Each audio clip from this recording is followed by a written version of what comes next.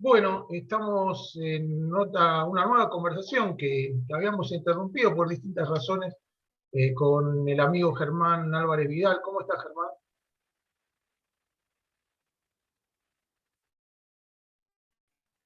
No se escucha en este momento el audio. Muy bien, ¿y vos, Claudio? Ahí está. Muy Te, bien, te- Claudio. te escuché con Muy bien, mucho retraso. A ver si, bien, si se... Claudio. Es un placer saludarte.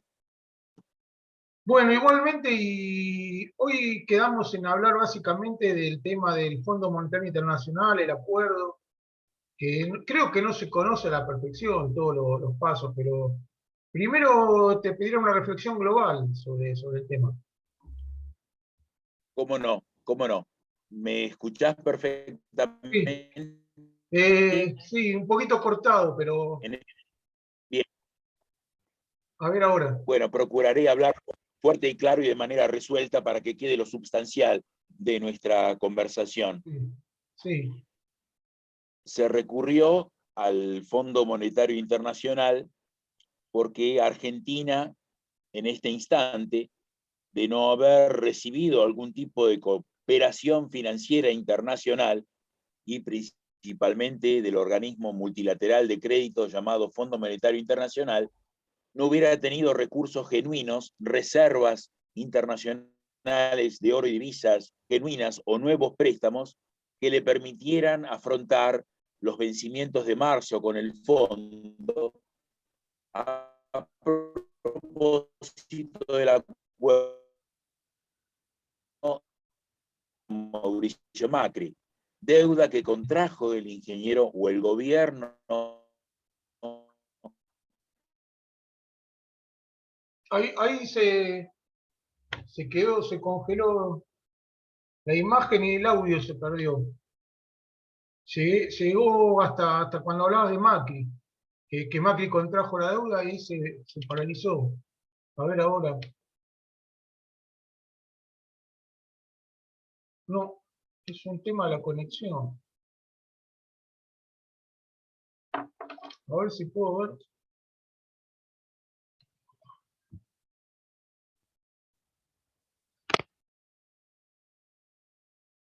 Bueno, estamos de nuevo en contacto con Germán.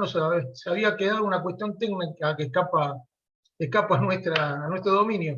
Pero bueno, esperemos que esté normalizado. Y bueno, estabas haciendo la introducción, Germán.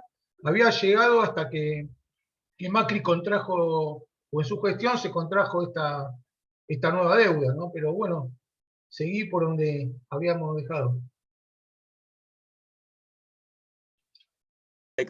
Se contrajo una deuda, un préstamo, una obligación por ante el Fondo Monetario Internacional, que veía con buenos ojos, como los inversores internacionales veían con buenos ojos la restauración de un clima propicio a los negocios en la Argentina a partir de la administración del ingeniero Mauricio Macri. Entonces, tal vez en alguna forma demasiado generosa o precipitada. Sí, te escucho. Estoy tal vez siendo muy osado al decir esto. Se hizo un préstamo por 44.500 millones de dólares que en definitiva tenía que ver con financiar o mandato de la doctora Cristina Fernández de Kirchner. Esto también es una suerte de historia, una lección de historia económica en la Argentina, donde los gobiernos sucesivos se endeudan para financiar obligaciones contraídas durante los mandatos anteriores, ¿no? Y no se hace el ajuste interno como se debe.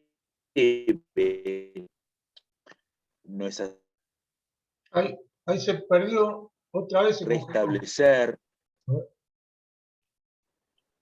Yo a vos te veo bien. Ahora sí, pero se había quedado paralizada la imagen y el audio. A ver ahora. Bien, yo a vos te veo perfecto. Sí, sí, sí.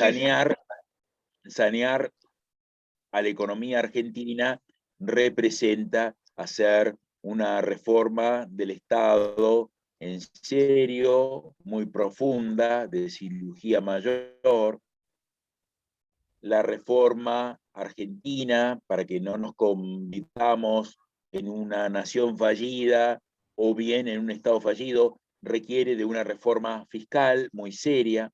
La Argentina, en términos de reformas macroeconómicas, requiere una reforma monetaria muy seria. Hasta podríamos contemplar, ¿sí?, lo que dice nuestro colega Javier Milei, aunque eso es algo demasiado aventurado, demasiado riesgoso en las presentes circunstancias, pero sí tornarlo algo más independiente y que no sea meramente un apéndice del Ejecutivo, ¿sí?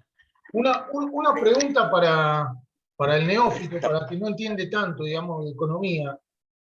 Macri no tenía otra opción que tomar deuda, o sea, no podía haber achicado el gasto de una manera contundente, o qué podía haber hecho para evitar tomar semejante deuda, si es que era posible. Es una muy buena pregunta, como todas las que haces, Claudio. Gracias. Siempre te digo que vos sos muy hospitalario para generar estos debates, estos idas y vueltas, o reportajes o conversaciones entre nosotros. Sabés hacer excelentes preguntas, vas al meollo. Por supuesto que Macri podría haber hecho ajustes, haber sido más agresivo, si se me permite la palabra, el adjetivo, en las reformas. Algunos dicen que sí, convirtió ministerios en secretarías, pero la veintena de organismos ministeriales, llámesele como se les llame, estaban allí presentes. Y el no ir más profundamente o de profundis se le llamó gradualismo fiscal, ¿de acuerdo? Es decir, liberalizar, sí, la cuenta financiera de la balanza de pagos, ir a gradualismo fiscal. Es decir, si uno no hace los ajustes en la economía interna, que es sanearla, ¿de acuerdo?, de sus imperfecciones, de sus malformaciones, de sus funcionamientos viciados, entonces el mecanismo recurrente, consuetudinario, permanente, ostensible, es ir nuevamente a la contratación de deuda, ¿de acuerdo? Ya sea por la vía interna, es decir, engrosar el déficit financiero del Banco Central de la República Argentina, que es el déficit cuasi fiscal, ¿sí? Y por otro lado, el déficit fiscal propiamente dicho, que es el déficit de Tesorería General de la Nación, Ahora, ¿correcto? y eso que Y habían, aparte, mi querido no, te decía, amigo, sí, no, te decía que eso, y eso que Aranguren sobre todo había conseguido liberar las tarifas, con lo cual ahí se recaudaba bastante para ir eliminando los subsidios de a poco. Lo que sí nos hizo una reforma previsional y creo que ahí estaba el gran meollo del asunto, más el volumen de la administración pública. sí, por supuesto, también se habla de la reforma laboral, aunque en eso quiero ser muy cauto, sí, la reforma laboral debería permitir expandir la contratación de mano de obra, no pauperizarla.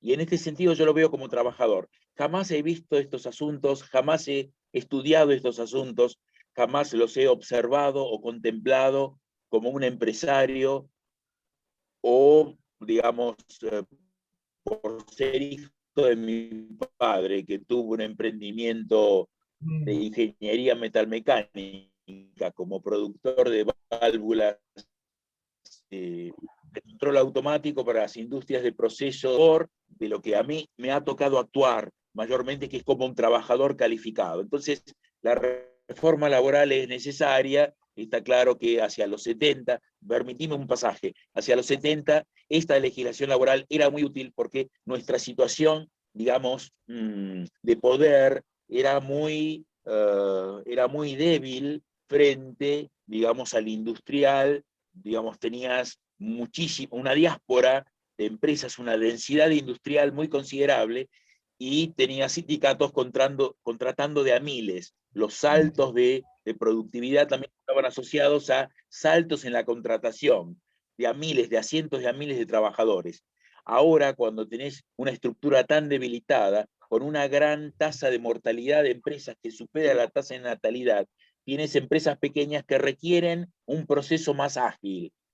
La misma economía argentina requiere contratar a personas como nosotros, mayores de 50 años, que tenemos experticias, tenemos experiencias, tenemos testimonios, y por alguna razón no se nos contrata. Es decir, la reforma laboral, sumada a la del Estado, a la monetaria y a la fiscal, son parte de un paquete que ningún gobierno hasta ahora está encarando de manera decidida.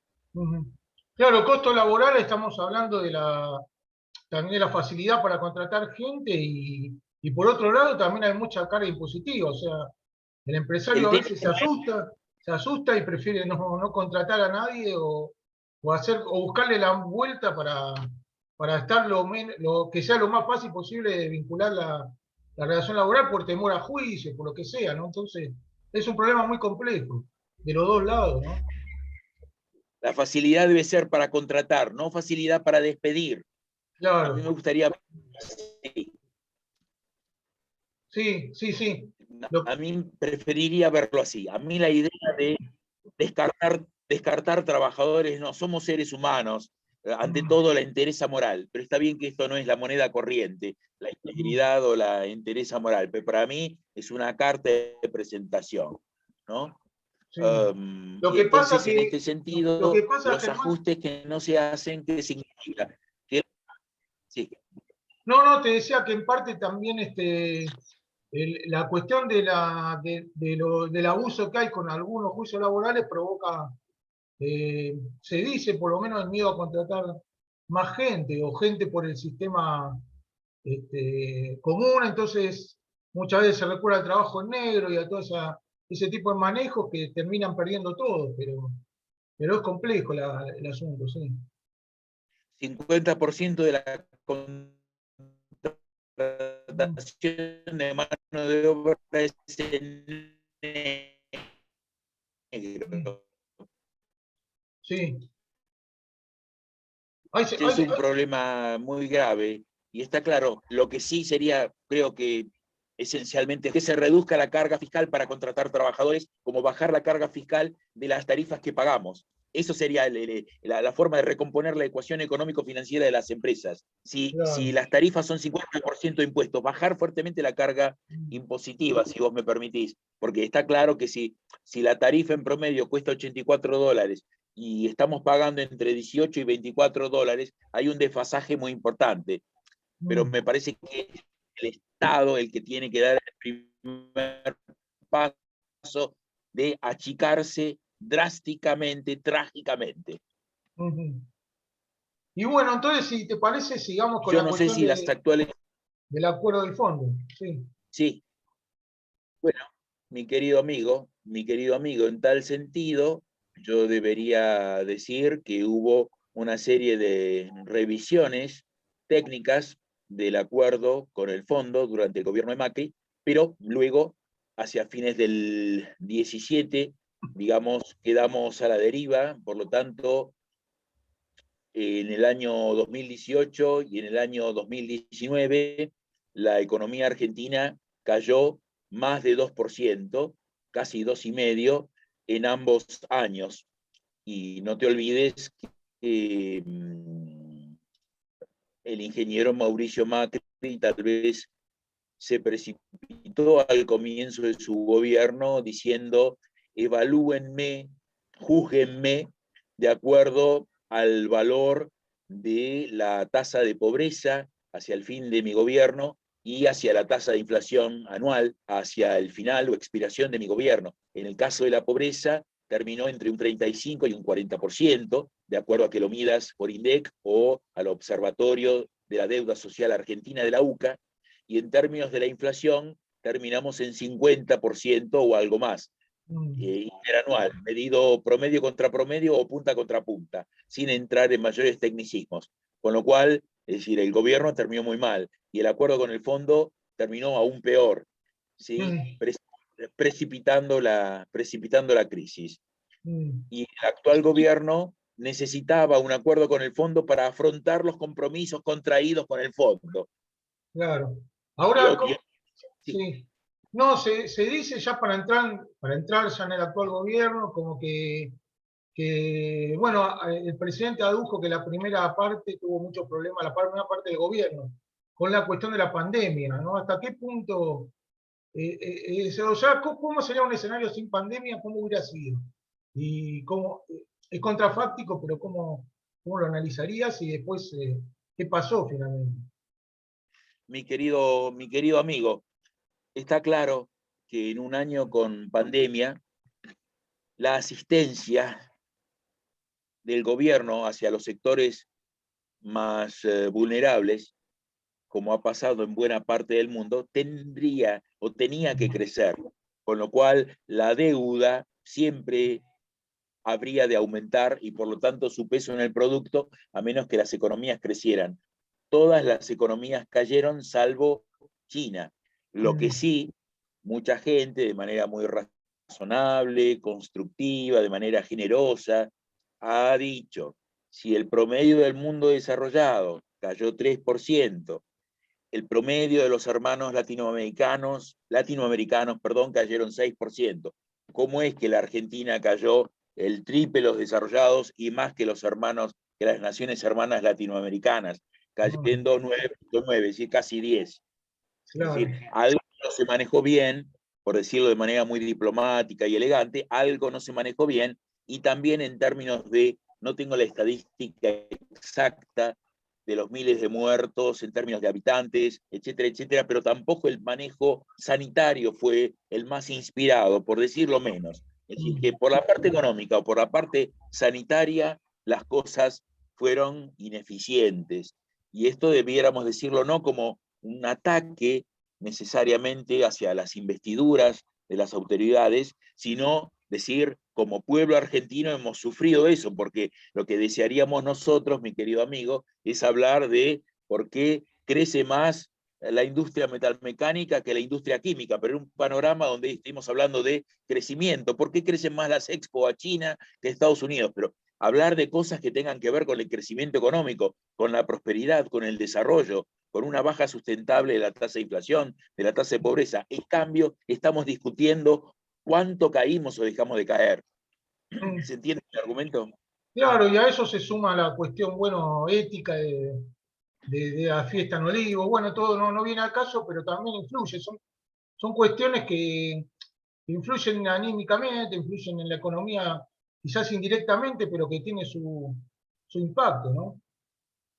Yo no soy médico psiquiatra, Mm. pero por Sí. los relevamientos que he hecho, las conversaciones informales, por ejemplo, en la pileta de mi club, que se abrió después de 2 veranos, Ciudad Universitaria, el campo de deportes de la UBA, hablando porque de pronto es una pileta de científicos o de científicas, y te hablan que la gente que se alteró, sobre eso no hay estadísticas, sobre el Mm. consumo de antidepresivos, la gente que cayó en enfermedades mentales, alteraciones, depresiones, melancolía, sufrimientos de toda índole y naturaleza. Sobre eso no hay una estadística precisa. Ujú. Ahora, Germán, volviendo al tema más que nos convoca, ¿no? Hay quienes aducen que el acuerdo con el Fondo Monetario va a tener costos altísimos a nivel social.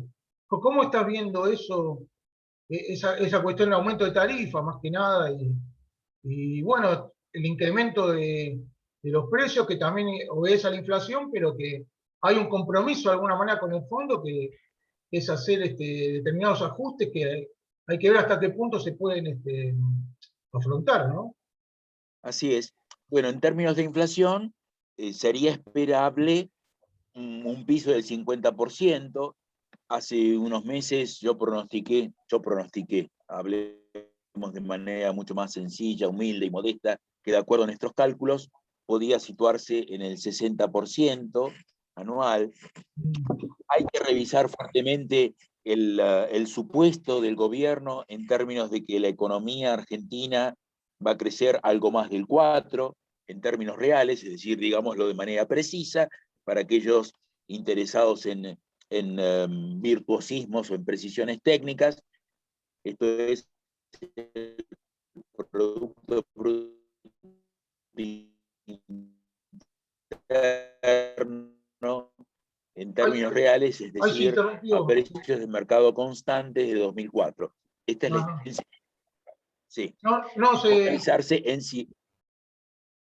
¿Me no te seguís decía ahora? que se interrumpió cuando estaba mencionando las cifras. No sé si lo Correcto, querés repetir, pero hubo un correcto. corte. Sí, tenemos un piso del 50, hace unos meses de pronto estimábamos o vaticinábamos o pronosticábamos 60, sí. un 60% de inflación. El gobierno, en el acuerdo con el fondo, el crecimiento del Producto Bruto Interno real es de algo más del 4%, es decir, el Producto Bruto Interno a precios de mercado constantes de 2004. ¿Por qué tomamos esta medida? Para saber si crecen las transacciones físicas, ¿no? Porque todo Producto Bruto, o buena parte de las magnitudes en economía, son un cierto P por Q, precio por cantidad, pero lo que nos interesa a nosotros es si hay mayor cantidad de bienes y servicios a disposición de toda la población. Bueno, entonces, un crecimiento del 4, no sé cómo está armado ese número de que lleguen al 4%. Podríamos también decir que con este acuerdo, básicamente lo que se busca es cubrir el déficit fiscal primario de este año y el sobrante recomponer reservas por monto 5.800 millones de dólares, que se constituyen como reserva de oro y divisas como activo número 1 del Banco Central de la República Argentina. Y ya sabemos que el ente rector de las políticas argentinas es el Banco Central. Bueno, muy bien, hay una serie de supuestos y el déficit fiscal primario que se logró en el último año fue de 3%, o sea, menos 3% respecto al PBI. Y se va a buscar 2,5, 1,9, 0,9.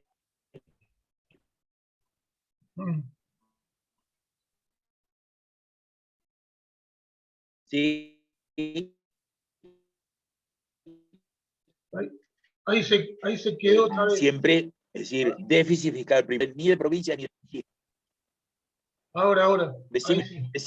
decime el último concepto que quedó, mi querido amigo.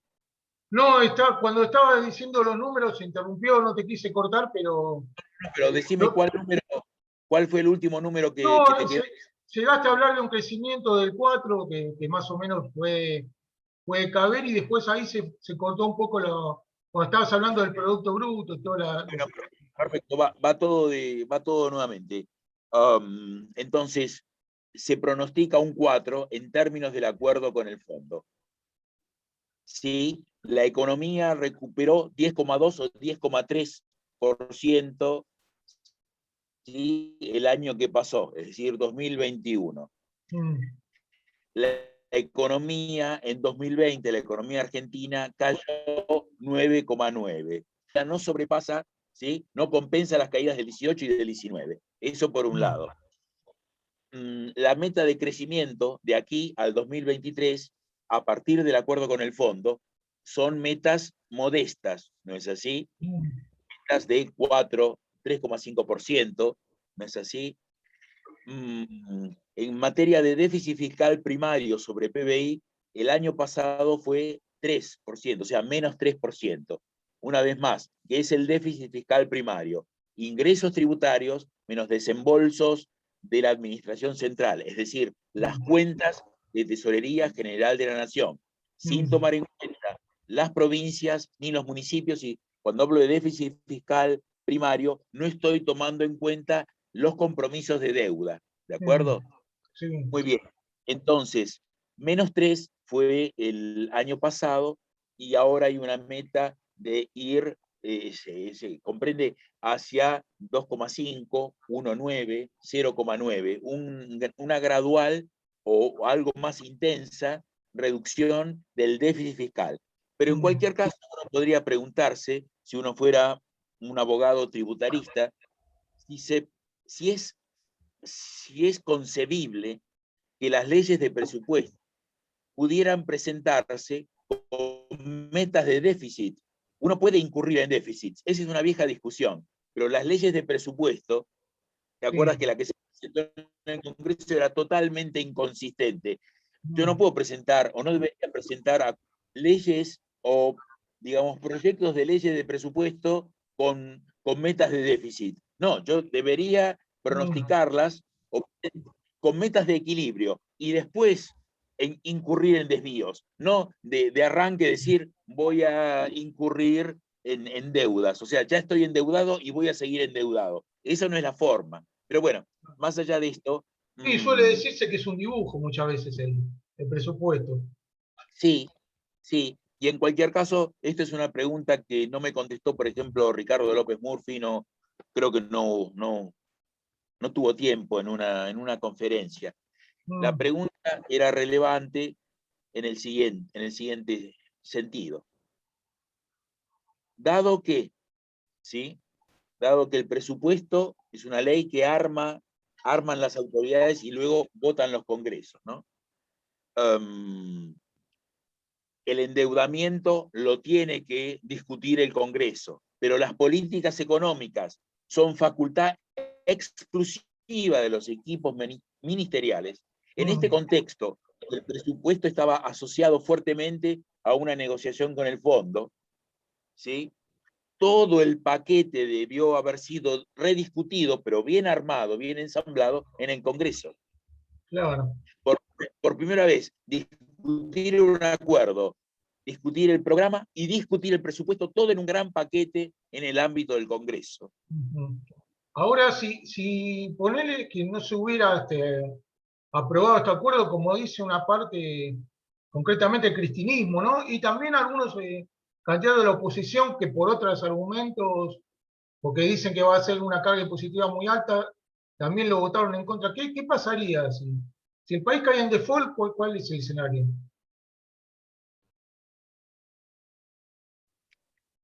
El Estado argentino yo creo que técnicamente está quebrado hace tiempo, pero desde el punto de vista formal a los estados no se los deja quebrar.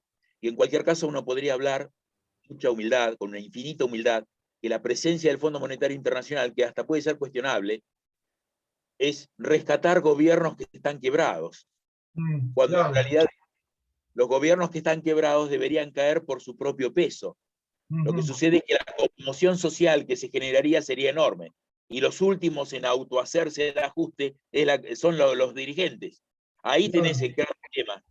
Ahí tenés el moral hazard.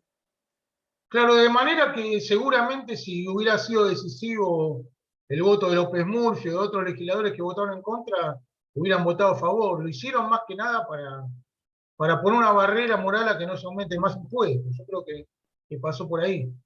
Claro, porque aparentemente el ajuste, más que aparentemente, se concibe o se esboza o se argumenta o se presenta o se plantea Ujú. como de gran aumento de los ingresos tributarios. El mismo ministro, el señor ministro de Economía lo dice, lo plantea de esa forma. Ujú. Claro. Y digamos, Dice, sí. los ingresos tributarios van a aumentar fuertemente por la ola expansiva del crecimiento económico. Mm. Ahora el escenario, lo que yo te consultaba del escenario social con el aumento de tarifas, ¿se va a poder amortiguar de alguna manera? Teniendo en cuenta también el tema de los piquetes que están ya desatados y todo el tema de la política está también muy complicada. ¿Cómo ves ese escenario, el escenario social? Como veo el escenario social, O voy a sea, hablarte sobre todo. no, el acuerdo del fondo en cuanto, digamos, implica un esfuerzo social si va a ser sostenible, eso es lo que un poco quiero preguntar, ¿no? Muy bien. Aquí otra vez Reza, su conexión es inestable. ¿Vos me recibís bien? Ahora sí, se había cortado un poquito, pero esta vez se escuchó. Bien. ¿Y lo anterior, la argumentación anterior, se escuchó? Sí, se escuchó, sí. La imagen es perfecta, a veces hay una interrupción del audio, más que nada. Pero se Sí, no, escuchó. no, Sí, aparte lucimos un bronceado casi caribeño, así que está bien así. sí, Bueno, para ponerle una nota de lúdica, risueña y de humor. Bien, sí. mira, yo de estar más como ciudadano que como ensayista, periodista, economista. Eso de última, si vos me permitís, me tiene sin cuidado, porque yo creo que de pronto tus cartones, nuestros cartones, son rituales que nos habilitan para el ejercicio ritualístico de una profesión. En la cancha se ven los pingos, ¿no? Disculpame este extravío, esta licencia casi extravagante e inaudita de mi parte. Lo que yo quiero decir es, hay estudiosos que dicen lo siguiente: o son tan competentes y eficientes nuestros dirigentes, o algunos dirán tan perversos, que el valor, ¿sí? El valor, el orden de magnitud en la que se sitúan variables como PBI per cápita, inflación anual, tasa de pobreza medida multidisciplinariamente, no solo por ingresos, años de escolaridad de 50% de la población pobre, niveles de inseguridad en las calles. Si vos tomás todas esas variables, es increíble como no ha habido estallido social. Entonces la pregunta es la más amigable, es: ¿qué bien hacen las cosas la clase dirigente, o serán perversos? No, el deterioro de la calidad de vida, que es lo que se llama calidad de vida, se llama todo esto, y más allá del ingreso que uno tiene, el contexto social en que vive, ¿no? O sea, uno no puede estar bien en su nivel de vida si ve cómo es el escenario que lo rodea. En ese sentido se ha deteriorado muchísimo. El tema es hasta qué punto puede aguantar este acuerdo, que encima cuenta con la oposición de una parte del oficialismo tan importante como el cristianismo, ¿no? Tan importante, hablo un volumen de peso político, no me refiero bueno, cada uno hará su valoración sobre ese movimiento. Así es, así es, así es, así es. Sí, sí. Ahí se me congeló la imagen. Quedaste congelado. Ahora te recuperé. Ahí está. Ahí, no, no hay audio. No te recibo. Ahora sí, Ahora, ahí está. sí, que accidentada la transmisión, Sí, pero creo que está saliendo sí, rica, nutritiva. sí, digamos que los conceptos claves se están entendiendo. Tenía un poquito de Vos, paciencia nada más, sí. sí, vos sabés, Claudio, que a mí me gusta que lo que hagamos salga bombón, suculento. Sí, sí, sí, sí, son cosas que superan a uno. El tema de tecnología, porque la otra opción es no decir nada y dejarlo pasar. Yo creo que lo básico se entendió, ¿no? El tema es que yo hacía hincapié en lo social y te decía que acá hay toda una mezcolanza con lo político, porque hay nada menos que este es un frente electoral, el que ganó el gobierno, que cuenta con la pata, digamos, kirchnerista o más que nada cristinista, que está en oposición al acuerdo. Entonces, a la vez están los grupos sociales lanzados a la calle, que ya dijeron ayer advirtieron a Larreta que puede correr sangre, entre comillas, ¿no? Que puede haber muertos. Entonces, el escenario es hiper complicado. O sea, ya se está hablando incluso con total imprudencia, creo yo, de una asamblea parlamentaria, ¿no? Y hay toda una movida para poner a Massa. Bueno, en fin, es todo un embrollo de cosas que cuesta nada más que hablar de lo técnico económico, ¿no? En este contexto. Sí, de pronto es nuevamente frustrante contemplar que lo que se está discutiendo es poder cuando tenemos problemas más urgentes, ¿no? Claro. Ahora, en definitiva, vos, ahora se normalizó, ahora está perfecto. Mirá. Lástima que no estuvo todo el tiempo así, pero bueno. Es más, te voy a convidar con lo siguiente, convidar, entre comillas, para facilitarle aquí al operador de Amadeus y musicalizador. ¿Te importa que yo transporte la computadora hacia el salón de reuniones? No, no, no. No, Perfecto. si querés paro la grabación y te Bueno, espero. Paro la como grabación. tú quieras, o si no pasamos al living de Mirta Legrand. Es más o menos, como vos quieras, si no pasamos al living de Mirta Legrand. Yo voy llevando la... No, como a vos te parezca, yo paro la grabación y te espero. No, así le damos Así le damos hasta casi un toque de Teatro General San Martín haciendo Shakespeare, ¿te parece? Dale, Haciendo drama de Shakespeare. Ahí va. dale. Yo te espero igual. Dale. Vamos a ver. A ver. Bueno, seguimos entonces con esta conversación con Germán Álvarez Vidal, y Germán estaba hablando fuera de micrófono que, bueno, más allá de los números concretos, lo que implica no cumplir con las metas con el fondo o no hacer un acuerdo es que se corte toda refinanciación y ahí sí, digamos, hay que manejarse con lo que uno tiene, con el riesgo de que si se cae en déficit cada vez más grande, se hace insostenible, digamos, la economía y todo el país en general, ¿no? Sí, o sea, no había otra condición que este acuerdo, digamos. No había otra posibilidad, quiero decir. Sí, esa tal vez es una respuesta, una buena respuesta, elegante, convencional, hasta de cierta etiqueta, porque el acuerdo es malo, simplemente que estar sin acuerdo era mucho peor. Claro. Esto es como la administración de la administración de la economía requiere de un plan que no existe.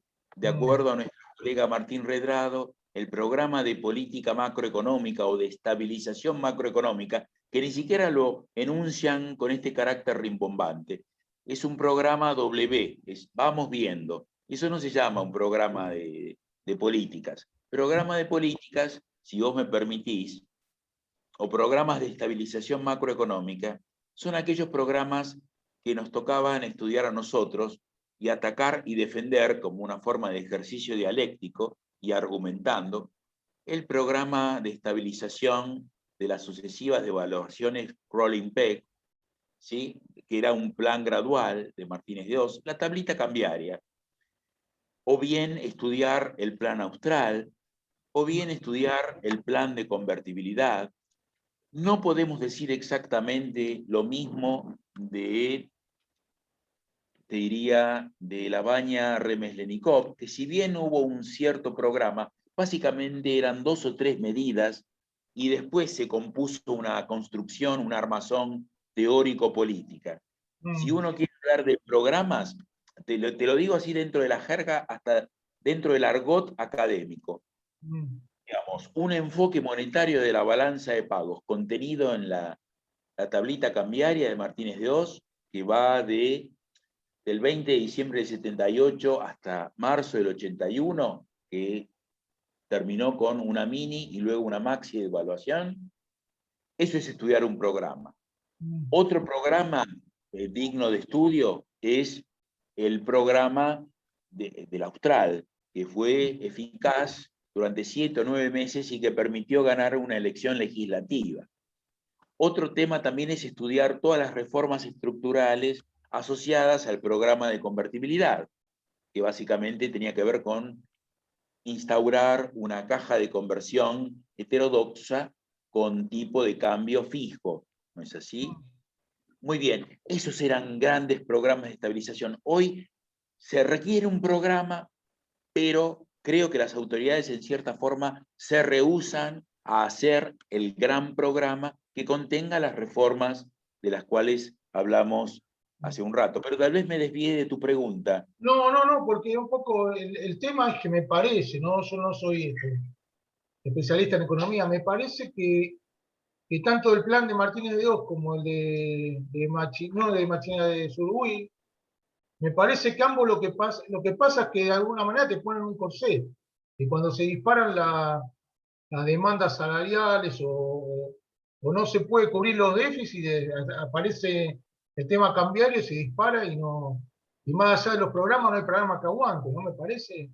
No sé si es así. El de la convertibilidad fue más durable en el tiempo, pero bueno, tuvo el tema de que cuando no había los dólares suficientes para sostenerlo, pasó a ser artificial. Sí, si vos me permitís, en este sentido, el plan de convertibilidad significó que, o el programa de la convertibilidad o de toda la política económica, vos puedes concentrarte o centrarte en algún aspecto del gran programa de estabilización macro y de reformas estructurales, significó que si en 1989 la inflación anual fue del 5.000% y en 1990, ¿sí?, Plan Bonex mediante, la inflación anual fue de 1.000%, ya en el año 91, una vez instaurada la convertibilidad entre el 31 de marzo y 1 de abril de 1991, ese año ya la inflación fue de 84,1%. Y al año siguiente, el 92, fue de 17,4%, pero ya el 93 era de un dígito. ¿Sí? Y sobre fines de la convertibilidad, la economía experimentaba deflación de precios, que es, o que significa una caída persistente y sistemática en el nivel promedio de los precios. Aquella deflación no fue más intensa porque las tarifas de servicios públicos argentinos ajustaban de acuerdo al índice de precios al consumidor norteamericano, lo cual también era una suerte de gran despropósito, otro de los despropósitos que se escapó, se filtró dentro de ese gran programa que era la convertibilidad, cuya fase más exitosa fue del 91 al 94. Y Claro, luego sí. ahí es donde De Pablo dice, por ejemplo, que un ajuste puede ser activo, o sea, digamos, no necesariamente recesivo, sino al contrario, puede ser un plan de estabilización, puede ser expansivo para la gente que tiene más dinero en el bolsillo, ¿no? De otra Así, manera que la inflación, la contraria.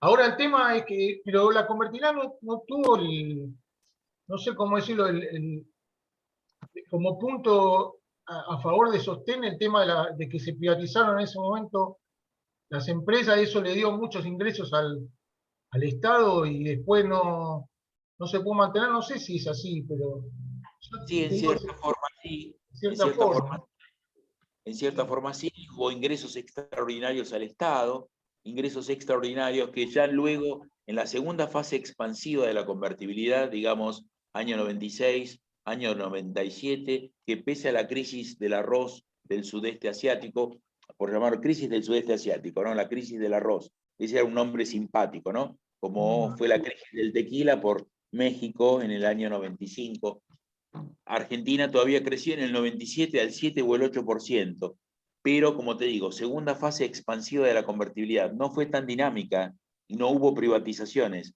La economía creció Claro. en el 96, en el 97 y creció durante el primer semestre del 98. A partir del segundo semestre del 98, vía o a través o como disparador, efecto vodka, que fue la cesación de pagos de los rusos sobre su deuda y sumarle la devaluación del rublo, eso se prolongó, esa caída de la convertibilidad duró hasta abril, mayo, junio de 2002. Luego vienen los ajustes de Remes-Lenikov, esa devaluación inmensa. Tú sabes que en un momento llegó a cotizar 1,4 la paridad Sí, sí. dólar-peso, con lo cual se licuó enormemente el gasto público y los salarios, con lo cual se generaron con más el récord de cotización de los precios internacionales de nuestros commodities de Claro. exportación. Eso coadyuvó a ese gran ciclo de expansión kirchnerista que va del 2003 a 2007-2008. No es cierto que se prolonga mucho más. La Los explosión de los reales, commodities, claro. La explosión de los exactamente. commodities fue fundamental, sí. Sí, Y sí. de hecho hablando de déficits, el doctor Néstor Carlos Kirchner supo tener déficits, superávits gemelos de cuenta corriente con el exterior y de Tesorería General de Nación, que hacia la segunda parte de la primera Cristina empezaron a dilatarizarse. Por eso, si tú tienes 2011 para acá, tú tienes estancamiento del Producto Bruto con niveles crecientes de inflación, lo que se llama como paquete estanflación.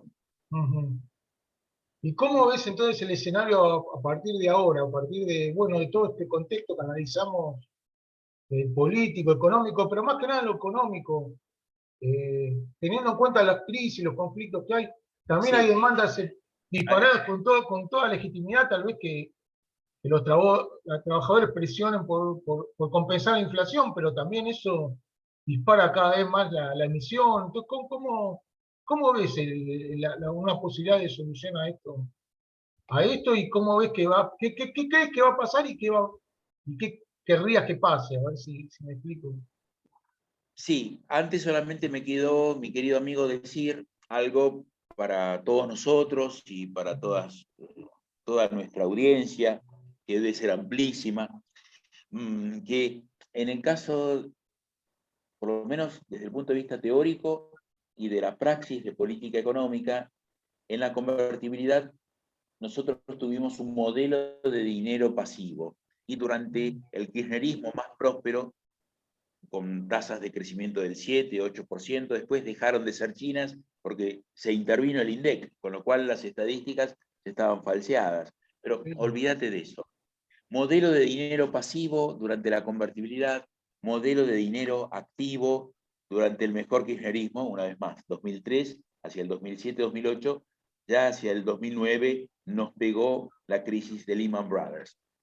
Pero ¿cómo funciona un modelo de dinero pasivo? ¿De acuerdo? Porque hay quienes quieren dolarizar o recrear algún tipo de convertibilidad. Entonces, viene a cuento, ¿correcto? Es pertinente, es relevante que yo diga esto.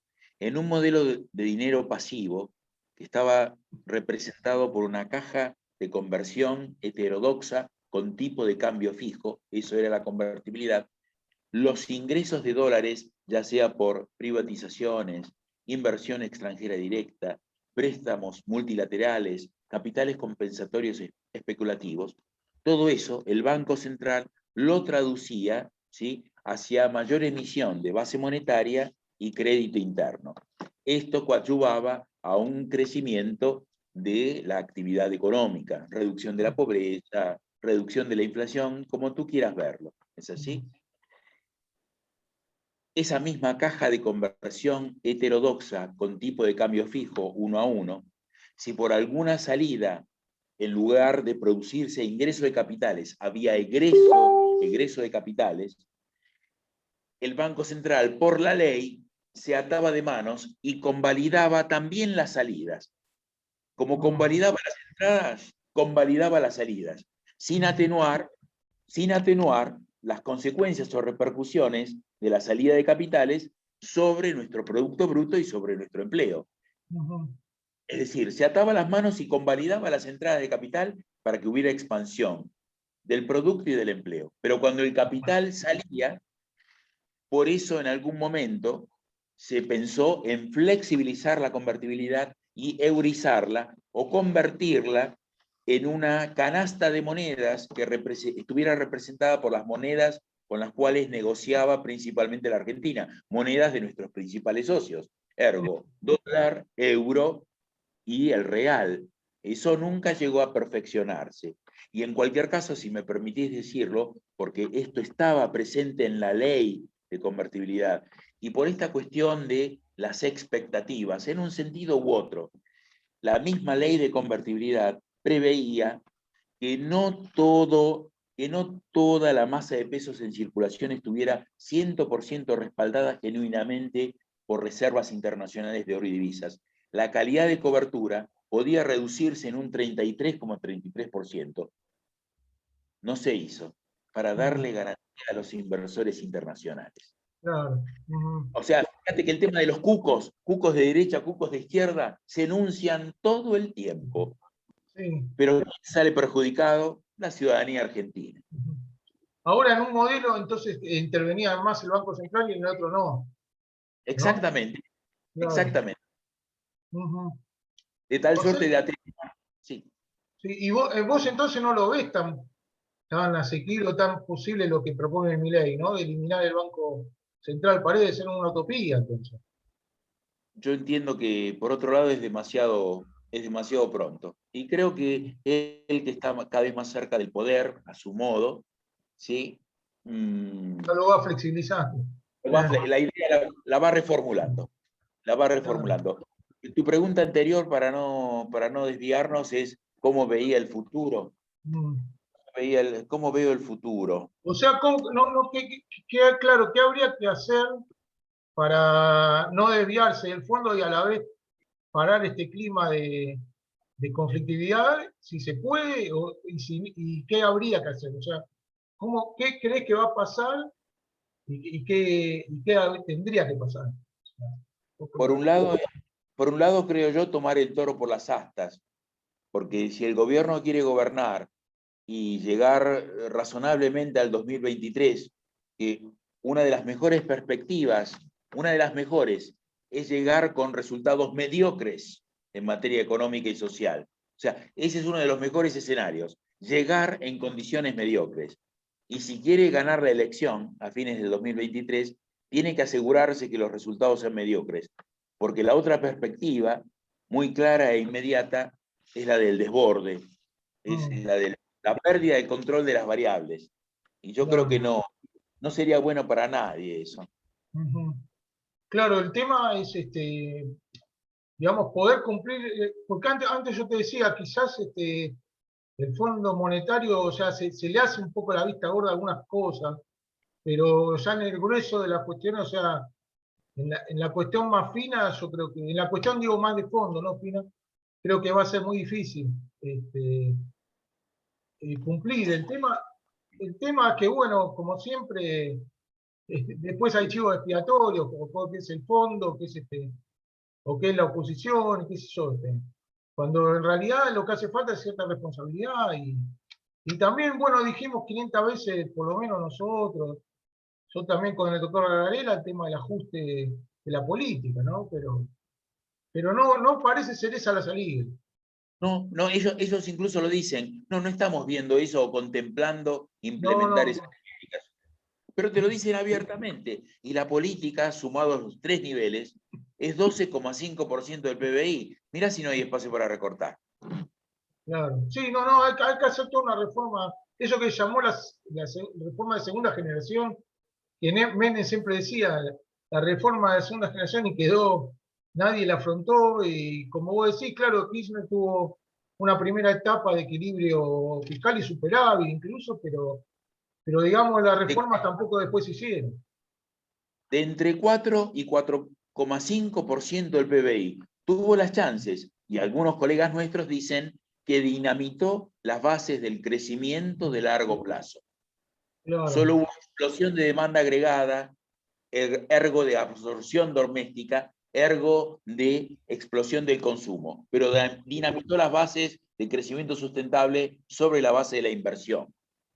Ahora, por último, porque esto da para otra charla también, esto también en un contexto complejo en Latinoamérica, porque Chile que optó por hacer un fondo de garantía, con lo que sacaba el cobre, también está en serios problemas, ¿no? Con lo cual parece ser que es una etapa muy compleja en toda Sudamérica o Latinoamérica, ¿no? También en México. O sea, es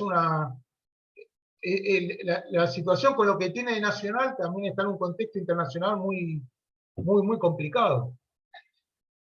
Sí, bueno, cuando hablamos de escenario internacional que se produce y que es poco propicio para todos, está claro, una guerra no es propicia para nosotros, ya sea por la transitoria cuestión de, o no tan transitoria del aumento de los precios de los commodities alimenticios que exporta la Argentina, pero podemos tener una crisis en cuanto a el alza de los precios internacionales de los combustibles, ¿no es así?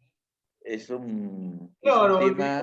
y por último, para cerrar, digamos, también está la cuestión, claro, hay una combinación de elementos externos e internos porque tenemos, creo que López Murphy lo decía, el tema de vaca muerta y todo el desarrollo que esto implicaba, cómo es que haya que importar gas con todo lo que hay ahí. Entonces hay seguramente falta o de transparencia o de seguridad para las inversiones, pero la cuestión es Así es, que las inversiones no aparecen, digamos. Salvo los, claro. salvo los sectores que tienen garantizada la ganancia, como fue con el tema de la pandemia de los supermercados o los sectores farmacéuticos, pero lo demás, digamos que está todo pendiendo de un hilo de las necesidades de la coyuntura, pero no hay como vos decís, no hay un programa, no hay un plan, porque lo que era necesario es, y esto es lo que dijeron lo de la oposición que se opusieron, es que hacía falta, como vos decías, ¿no? Presentar un plan junto con el acuerdo, con el fondo, digamos. Acompañarlo de un plan.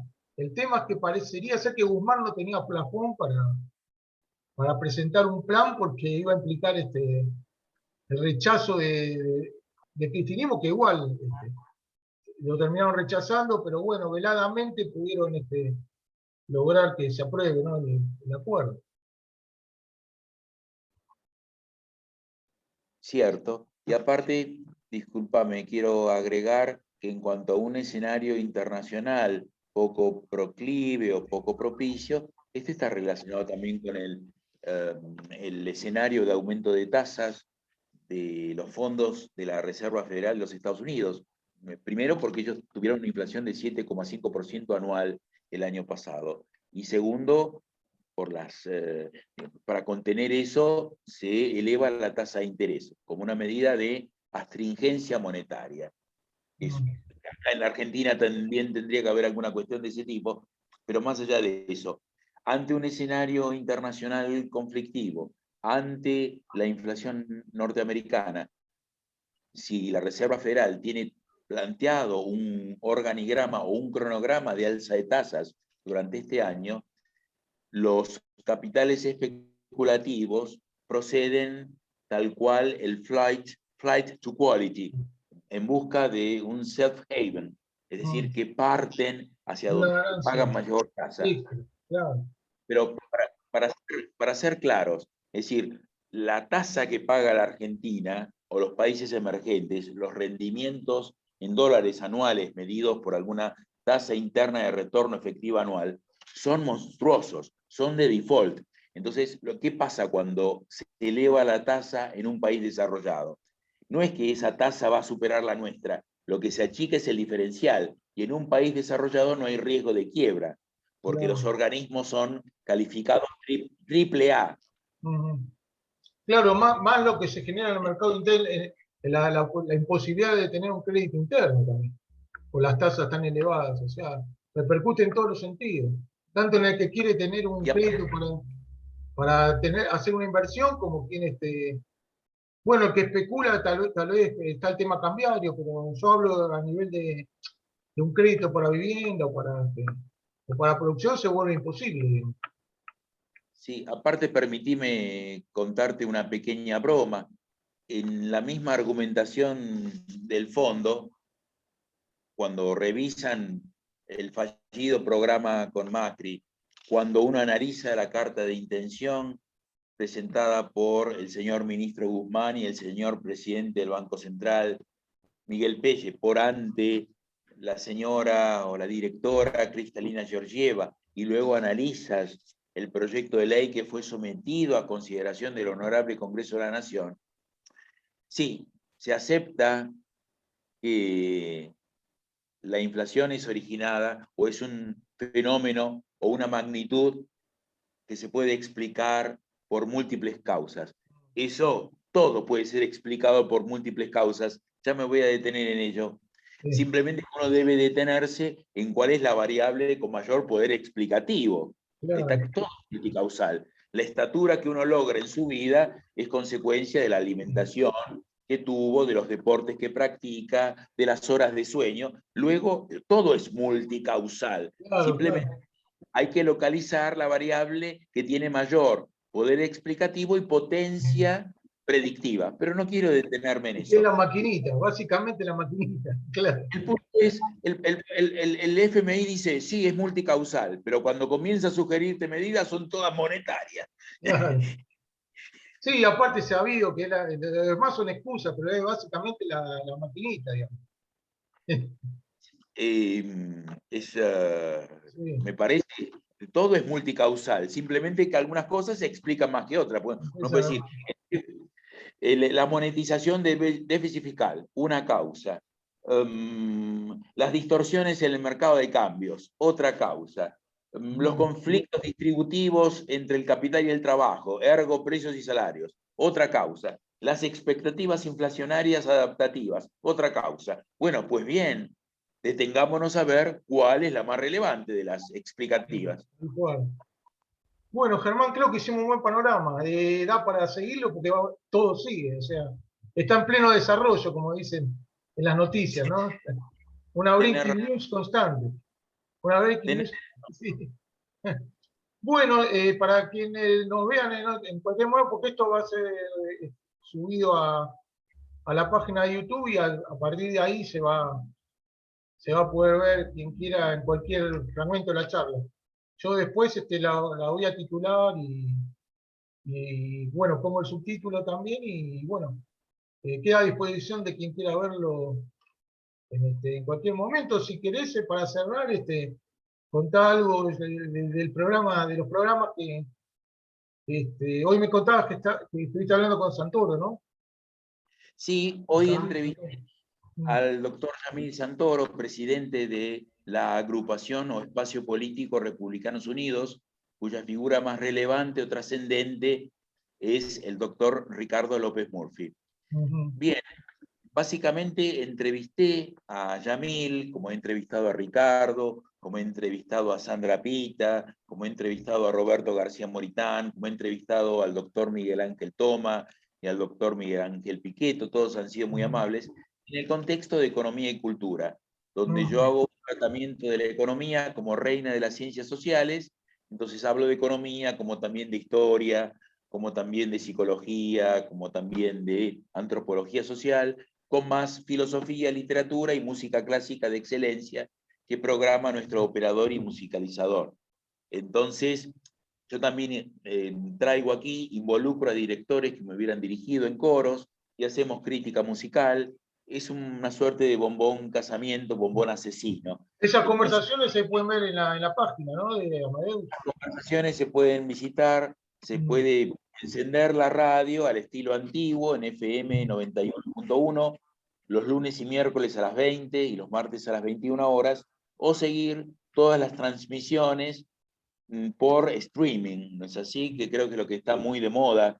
sí, Yo sí, recuerdo, los programas anteriores están, ¿no? También, si uno quiere escuchar esas sí, entrevistas. Sí. absolutamente, absolutamente, absolutamente. Bueno, Germán, Sí. yo dejo grabado todo ese programa y nos seguimos hablando. Nos seguimos hablando entonces, mi querido Bueno, amigo. un abrazo grande. ¿Eh? Un abrazo grande y espero que te haya resultado también rico, nutritivo y potente nuestro diálogo. Sí. Y bueno, esperamos las reacciones y comentarios de los oyentes o televidentes.